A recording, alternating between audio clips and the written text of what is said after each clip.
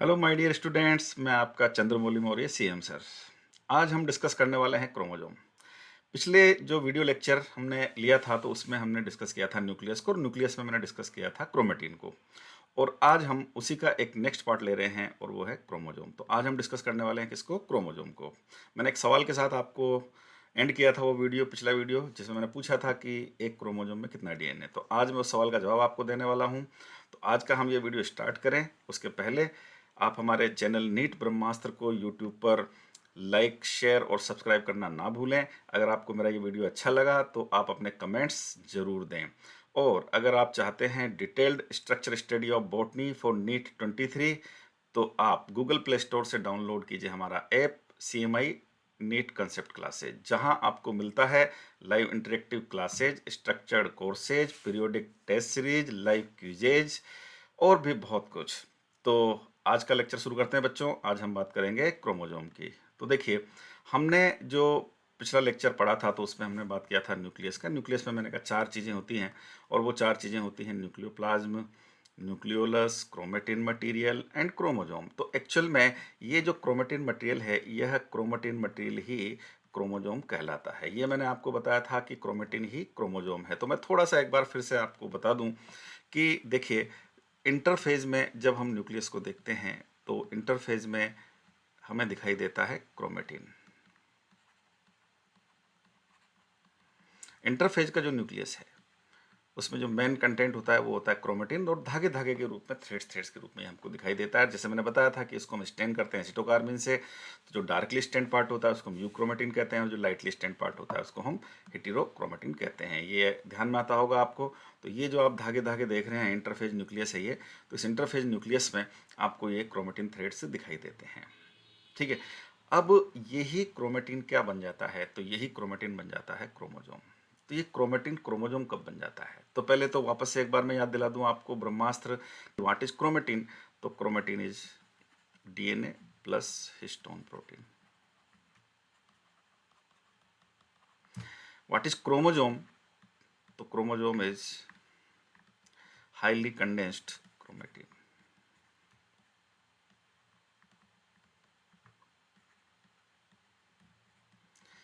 तो मन में सवाल आता है कि ये क्रोमेटिन का जो कंडेंसेशन है, ये कंडेंसेशन कब स्टार्ट होता है? तो क्रोमेटिन का जो कंडेंसेशन है ये स्टार्ट होता है एम फेज में। फिर वापस वही सेल साइकिल हमको ध्यान में रखना पड़ेगा। सेल साइकिल जो होती है, तो उस सेल साइकिल का चार पार्ट होता है: G1, S, G2 और M। और ये वापस एम फेज के बाद सेल जो है G1 फेज में चली जाती है। तो ये G1, S और G2, इसी को हम कहते हैं इंटरफेज। यही कहलाता है इंटरफेज। तो इंटरफेज में तो हमें क्या दिखाई देता है? क्रोमेटिन दिखाई देता है। और जब हम कहते हैं क्रोमोसोम, तो ये क्रोमोसोम क्या है? तो हाईली कंडेंस्ड क्रोमेटिन। और यह क्रोमेटिन मैक्सिमली कब कंडेंस्ड होगा?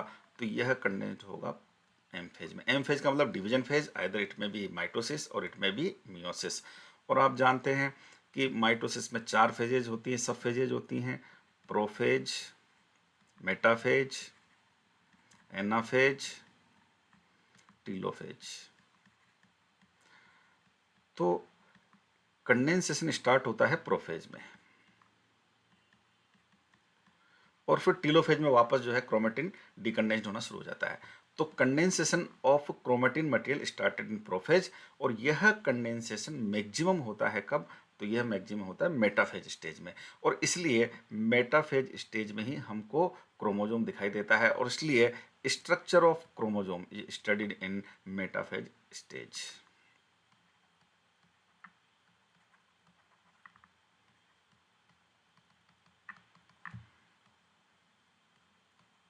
क्यों? क्यों क्रोमोसोम के स्ट्रक्चर को स्टडी करते हैं?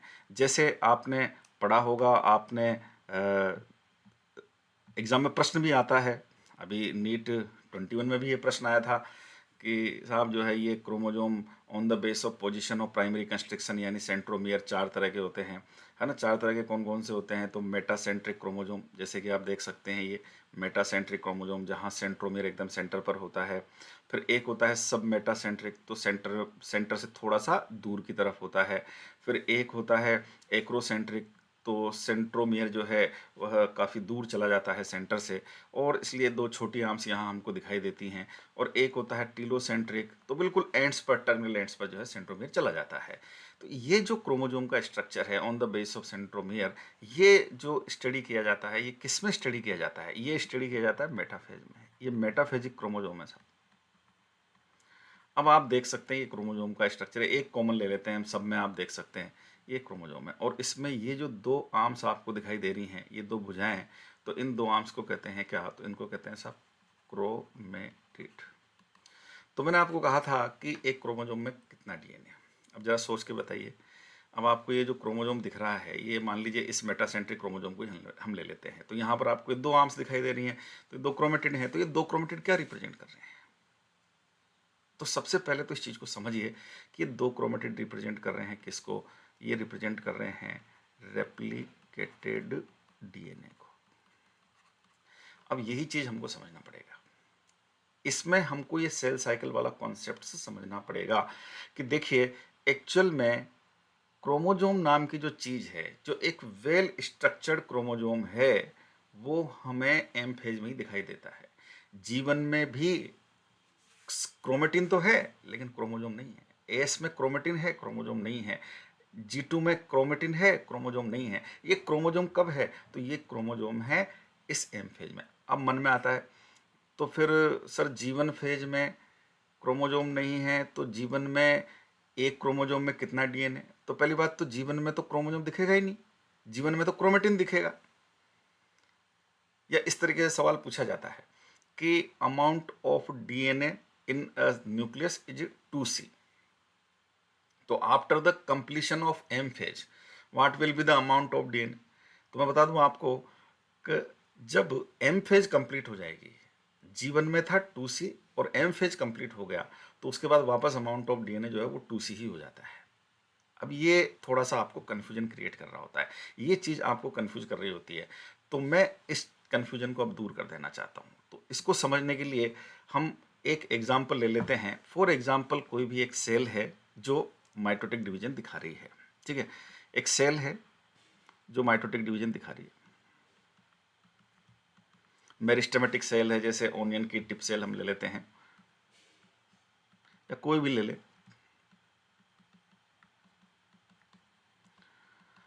तो ये सेल सेल साइकिल में है, क्योंकि हमने कहा है ये डिवीजन की प्रॉपर्टी रखती है, एक्टिव सेल साइकिल में है। तो अगर मान लीजिए जीवन फेज में इस सेल का डीएनए का अमाउंट है कितना? 2C। ये अमाउंट कंटेंट को रिप्रेजेंट करता है 2C। ठीक है, और मान लीजिए क्रोमोजोम का नंबर है 2n बराबर 4। अब हमने कहा जीवन में क्रोमोजोम नंबर 2n बराबर 4, तो बस समझ लीजिए ये जीवन फेज में आपको 2n बराबर 4 दिखाई नहीं देगा। अगर मान लो मैं इस सेल को बनाऊं, जीवन में मैं सेल को बनाऊं, तो पहली बात तो जीवन में सेल के अंदर बाकायदा आपको न्यूक्लियस दिखाई देगा।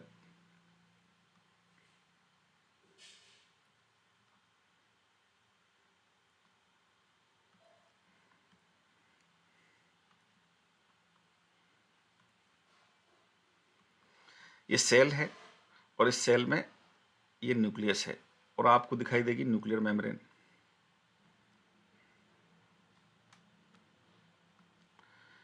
ये सेल है, ये न्यूक्लियस है, और यहां आपको दिखाई देगा जीवन फेज में क्या? तो क्रोमेटिन। ये धागे धागे धागे धागे। ठीक है, तो फिर हमने कैसे लिख दिया? 2n बराबर 4। बस यही समझने की चीज है। ये 2n बराबर 4 हमको कब दिखेगा? ये 2n बराबर 4 दिखेगा हमको एम फेज में। अब इसमें सबसे महत्वपूर्ण ब्रह्मास्त्र क्या, सबसे महत्वपूर्ण फंडा क्या इस चीज को समझने का? तो वह सबसे महत्वपूर्ण फंडा ये है, एक डीएनए, एक क्रोमेटिन और एक क्रोमोजोम। बस इस ब्रह्मास्त्र को पकड़ लो। डीएनए ही क्रोमेटिन है और क्रोमेटिन ही क्रोमोजोम है। तो डीएनए अगर एक है तो क्रोमेटिन भी एक है और क्रोमोजोम भी एक है। तो हमने यहां मान लिया amount of DNA is 2C। ठीक है, और 2n बराबर 4, इसका मतलब यहाँ ये आगे चल करके ये क्रोमेटिन जिसको हम 2n बराबर 4 कह रहे हैं, ये जीवन में, ये आप जो डायग्राम देख रहे हैं ये जीवन फेज का है। तो न्यूक्लियस में आपको 4 क्रोमोजोम दिखाई नहीं देंगे। ये कब दिखाई देंगे? ये दिखाई देंगे आपको एम फेज में। तो 2n बराबर 4 हमने कह दिया। अब आता है एस फेज।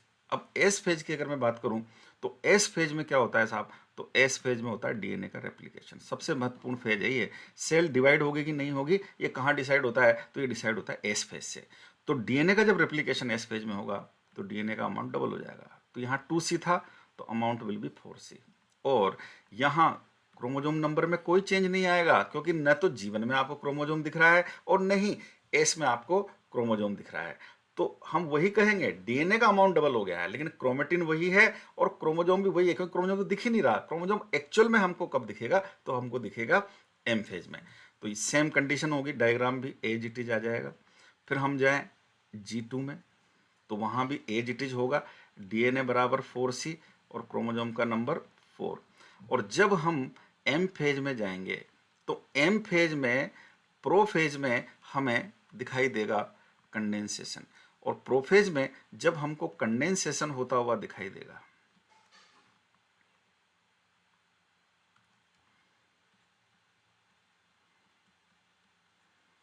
तो हम क्या देखेंगे कि एक तो न्यूक्लियर मेम्ब्रेन डिसअपियर हो जाएगी। ये G2 में भी डायग्राम एज इट इज रहेगा। जब हम एम फेज में जाएंगे तो एम फेज में एक तो ये सेल है, तो सेल में ये सेल, ठीक है, और सेल में न्यूक्लियर मेम्ब्रेन डिसअपियर हो जाएगी। न्यूक्लियर मेम्ब्रेन डिसअपियर हो जाएगी, ये न्यूक्लियर मेम्ब्रेन डिसअपियर होना शुरू हो जाएगी। ठीक है, अब ध्यान से सुनना, डीएनए का अमाउंट कितना था G2 में 4C, तो यहां भी अमाउंट होगा 4C, और क्रोमोजोम तो वही 2n बराबर 4। अब समझना बात को ध्यान से।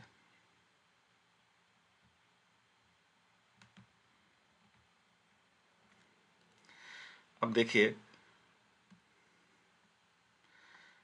अब आएगा मेटाफेज। एम फेज का पार्ट प्रोफेज हो गया, अब आएगा मेटाफेज। मेटाफेज में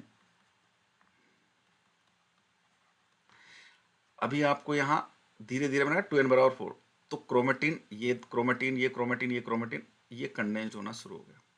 तो आपको अब ये एक थोड़ा सा शेप के रूप में ये दिखाई देना शुरू होगा।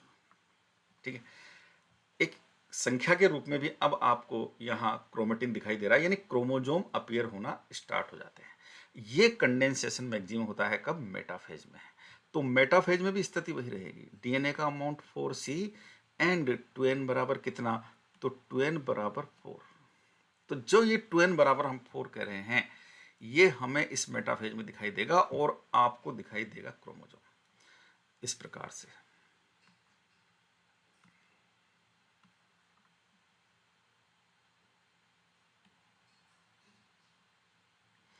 न्यूक्लियर मेम्ब्रेन नहीं होगी,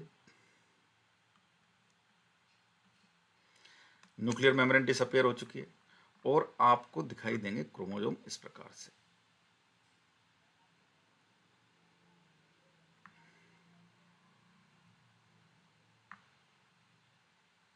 और भी कई सारे इवेंट होते हैं, अपीयरेंस ऑफ सेंट्रोमियर और ये सब, वो सब हम सेल साइकिल में बात कर लेंगे, है ना। इसको मेटाफेज प्लेट कहते हैं, सेंटर पर अरेंज होते हैं। और सबसे इंपॉर्टेंट चीज़ देखिए कि आपको अब ये प्रोफेज में क्या था, कंडेंसेशन शुरू हुआ था, और अब आपको यहाँ मेटाफेज में इस प्रकार से ये क्रोमोजोम दिखाई दे रहे हैं। मैं वापस उसी स्ट्रक्चर को ले आता हूँ। ये जो स्ट्रक्चर हम कह रहे थे, ये जो स्ट्रक्चर हम कह रहे थे, ये स्ट्रक्चर हमको कब दिखाई दिया, तो ये हमको दिखाई दिया मेटाफेज में। अब वही सवाल बनता है कि ये एक क्रोमोजोम है, मेटाफेज में ये एक क्रोमोजोम है, तो इस क्रोमोजोम में कितना डीएनए, तो एक डीएनए, एक क्रोमेटिन, एक क्रोमोजोम। अब आपको क्रोमोजोम दिखाई दे रहा है, तो यहां पर कितना डीएनए है, तो अगर एक क्रोमोजोम है तो एक डीएनए होना चाहिए, तो नहीं, यहाँ कितना डीएनए है, यहाँ 2 डीएनए है। एक क्रोमोजोम में एक नहीं, 2 डीएनए है। 2 डीएनए क्यों है, क्योंकि डीएनए का हुआ है रेप्लिकेशन। एस फेज में डीएनए का रेप्लिकेशन हुआ है, और डीएनए का रेप्लिकेशन हुआ है तो फिर डीएनए का अमाउंट डबल हो गया है। पता है सेल क्यों डिवाइड होती है? ये प्रश्न आता है नीट में कि in which phase of cell cycle it is decided that cell will be divided. तो this will be decided in the S phase. ये एस फेज में ही डिसाइड होता है। क्यों? क्योंकि अब डीएनए डबल हो चुका है और फंडा क्या है, ब्रह्मास्त्र क्या है? एक डीएनए, एक क्रोमेटिन, एक क्रोमोजोम। तो यहां तो एक क्रोमोजोम में दो डीएनए हुए, एक क्रोमेटिन, एक डीएनए, एक क्रोमेटिन, एक क्रोमोजोम। तो जब ये सेल जो जीवन में थी, जहां एक क्रोमोजोम में, जीवन में एक क्रोमोजोम में एक ही क्रोमेटिन था, एस में आकर के डीएनए का रेप्लिकेशन हुआ। तो अब डीएनए हो गया दो, क्रोमोजोम एक, और ये क्रोमोजोम एक हमने कब कहा? मेटाफेज में। तो क्रोमोजोम तो एक है लेकिन उसमें डीएनए दो हैं। अमाउंट ऑफ डीएनए डुप्लीकेट हो चुका है। आप सोचिए सारी की सारी जेनेटिक इंफॉर्मेशन डबल हो चुकी है और इसलिए फिर सेल को डिवाइड होना ही पड़ेगा। और इसलिए ये प्रश्न आता है कि किस स्टेज ऑफ सेल साइकिल में डिसाइड होता है कि सेल का डिवीजन होगा? तो it is decided in the S phase, क्योंकि वहां डीएनए का डुप्लीकेशन हो जाता है। अब आप ध्यान से सुनना, जो मैंने कहा कि ये डुप्लीकेट हो गया तो एक क्रोमोजोम में कितना डीएनए है? इस समय एम फेज में, मेटाफेज में, एम फेज की सब फेज मेटाफेज में एक क्रोमोजोम में दो डीएनए या दो क्रोमेटिड, जो हमने कहा कि ये दो क्रोमेटिड, तो ये दो क्रोमेटिड्स क्या दिखा रहे हैं? ये दो क्रोमेटिड्स दिखा रहे हैं उस रिप्लिकेटेड डीएनए को। और फिर जब यही सेल जाएगी एनाफेज स्टेज में, यही सेल जाएगी एनाफेज स्टेज में। मैं वापस ले लेता हूँ, अब मैं शॉर्ट में लिख देता हूँ यहाँ, जो अभी हमने कंटेंट लिया था कि जीवन में डीएनए बराबर 2C एंड 2N बराबर 4, एस 4C 2N बराबर 4, G2 4C 2N बराबर 4, एम फेज में प्रोफेज 4C 2N बराबर 4, मेटाफेज 4C 2N बराबर 4, और अब आएगा एनाफेज। यहाँ प्रोफेज में ये सेल है, न्यूक्लियर मेम्ब्रेन डिसअपेयर हो गई थी और इस प्रकार से हमको ये क्रोमोजोम दिखना शुरू हो गए थे। ठीक है, ये मेटाफेज, इस मेटाफेज में आपको बाकायदा क्रोमोजोम दिखे।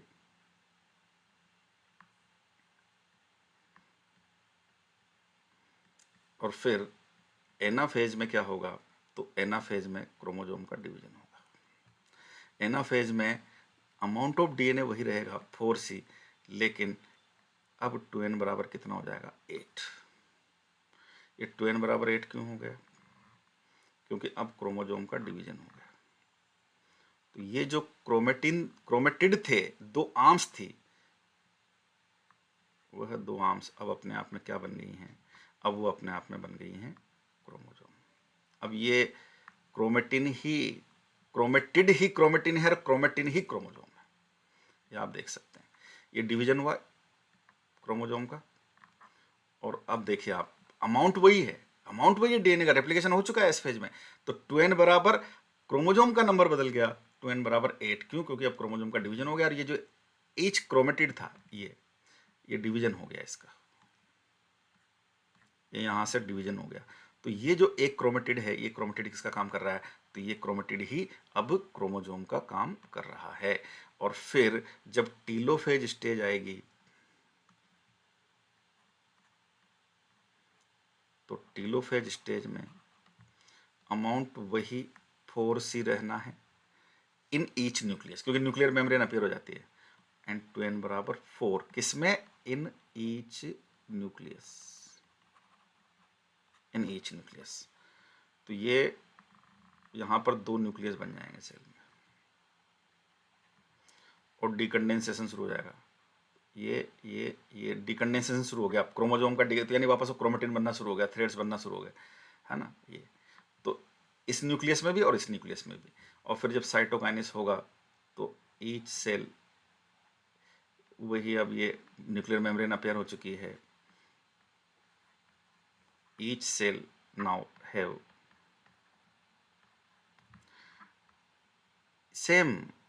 सेम आ जाएगा। 2n बराबर 4 एंड DNA बराबर 2C।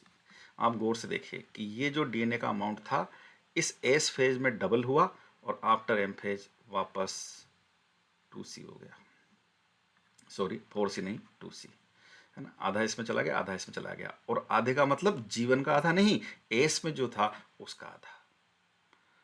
तो अब आपको जवाब मिल गया होगा इस सवाल का कि इस एक क्रोमोजोम में, तो हम पहली बार जब कहते हैं एक क्रोमोजोम, तो क्रोमोजोम हम कहाँ देख रहे हैं, ये हम मेटाफेज में देख रहे हैं। कितना डीएनए, तो इस क्रोमोजोम में 2 डीएनए। रही बात जब हम क्रोमोजोम के स्ट्रक्चर की बात करते हैं तो उसमें प्राइमरी कंस्ट्रक्शन होता है, इसको सेंट्रोमियर कहते हैं। यहाँ काइनेटोकोरिक डिस्क होती है ना।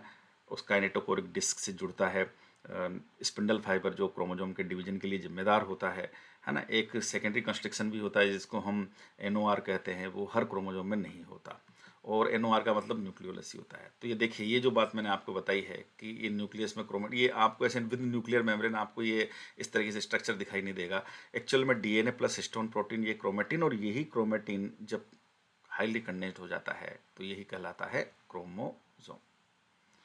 तो निश्चित रूप से आपको मेरी बात समझ में आई होगी। इस लेक्चर को समझने के लिए आप ध्यान से देखिए, समझिए, आपको बात समझ में आएगी। फिर अगर आपको कोई दिक्कत आती है तो आप मुझे कमेंट सेक्शन में ज़रूर लिखिए, है ना।